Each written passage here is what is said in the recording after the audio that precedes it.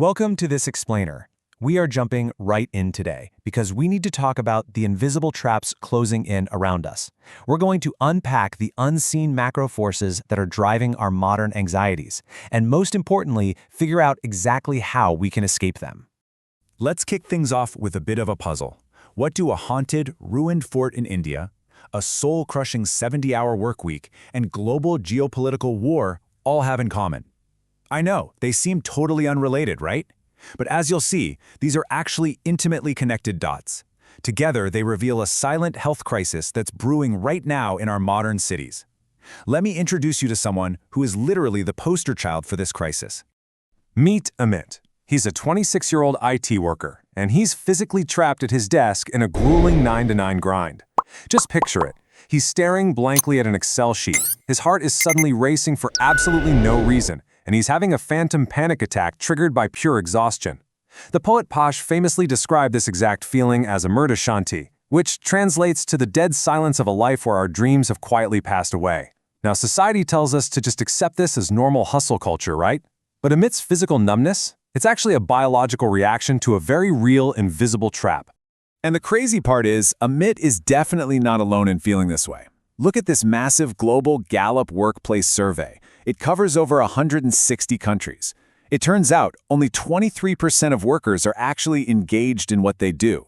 A staggering 77% are either quiet quitting or totally disengaged. To put that into perspective, that means nearly 8 out of 10 people wake up every single day just to go to a place where they feel completely disconnected and numb. So, what exactly is pushing us all into this zombie-like state? That brings us to part 1, the invisible climate threat. To understand this, we need to look back. A lot of historical devastation can actually be traced directly to extreme climate events. Take 1877, for example. A massive El Niño weather pattern caused global famines that tragically killed millions from India all the way to Brazil. And even earlier, in 1783, an unusual El Niño triggered the catastrophic Chalissa famine.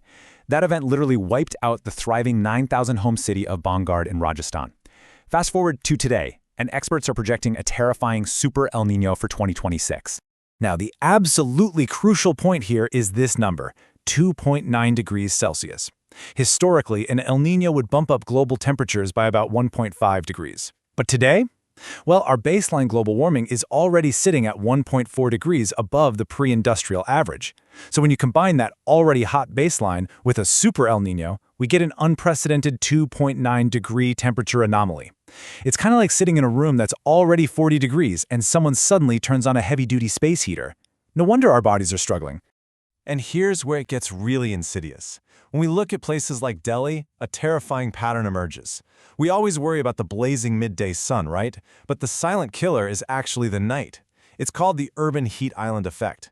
Basically, concrete buildings and roads absorb heat all day and then radiate it back out after dark, causing massive nighttime spikes. In May 2024, Delhi's day temperature rose by 1.8 degrees, but the night temperature surged by a massive 4.4 degrees. Because the city literally never cools down, our bodies never get a chance to recover. It just multiplies the risk of heat stroke and total exhaustion. Moving on to part 2, distracted by fake monsters. Let's go back to the ruined Bangar fort for a second. It's famously branded as India's most haunted place. People go there and are utterly terrified of fake ghosts and some legendary curse from a dark magician. But get this, they completely ignore the real documented dangers right in front of them. Crumbling ancient walls, wild leopards from the nearby reserve, and the historical fact that a massive El Niño famine destroyed the city. Not magic. And honestly, we do the exact same thing in our modern lives. We stress out over social media FOMO or totally imaginary career expectations, while completely ignoring the very real lethal dangers of compounding debt and extreme climate patterns.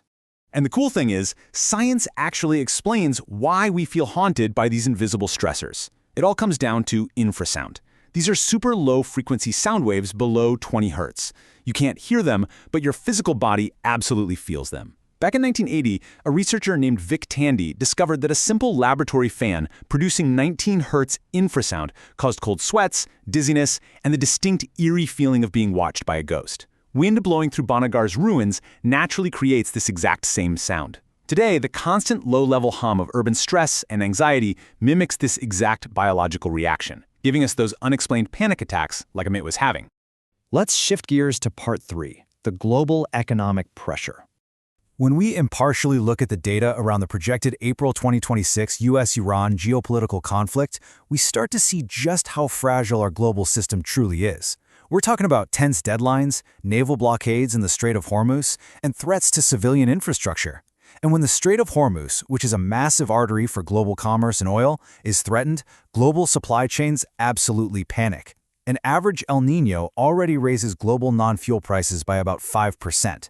But when you combine that with this kind of geopolitical instability, food and oil inflation can severely spike up to 9%. So how does that affect us? Well, this global inflation trickles right down into what we can call the middle-class EMI trap. Rising living costs mean we basically have to rely entirely on loans. We take out education debt, auto EMIs because public transit just isn't cutting it, and heavy 20-year home mortgages. When half your salary goes straight to the bank just so you can survive, you're literally forced to tolerate those toxic 70-hour work weeks. You can't just quit. This is the golden cage that's keeping us in a perpetual state of exhaustion. Which brings us to the final piece, part 4, escaping the middle-class trap. Okay, so how do we actually break free? The first mental antidote is finding your flow state. Now, this is a concept heavily researched by psychologists, and it's basically a state of complete, total immersion. It happens when your skill level perfectly meets a meaningful challenge, and you just completely lose track of time. Whether you're baking, coding, playing an instrument, or carving wood, it doesn't matter.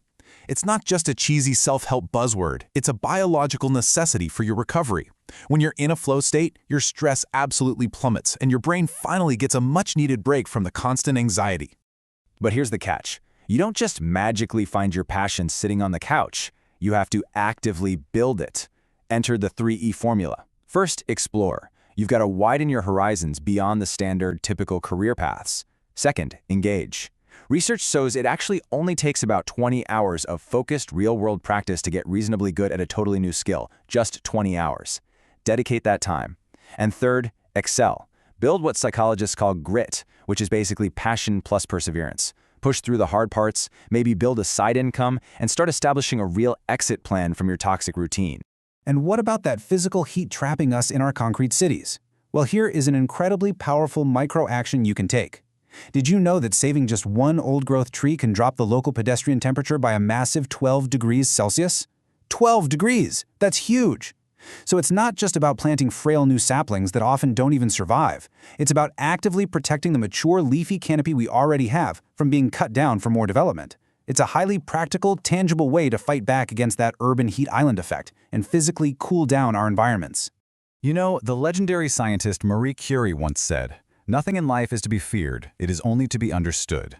Now is the time to understand more, so that we may fear less. And I think that just beautifully summarizes our entire journey today. Once we actually understand these invisible macro forces, the real physics behind extreme weather, the psychology of our mental burnout, and the harsh mechanics of our economic cages, we can finally stop fearing the fake ghosts. We can start taking deliberate, informed control of our time and our environment. So, I'll leave you with this final thought to ponder as you step back into your day-to-day world. What invisible threat are you going to conquer today?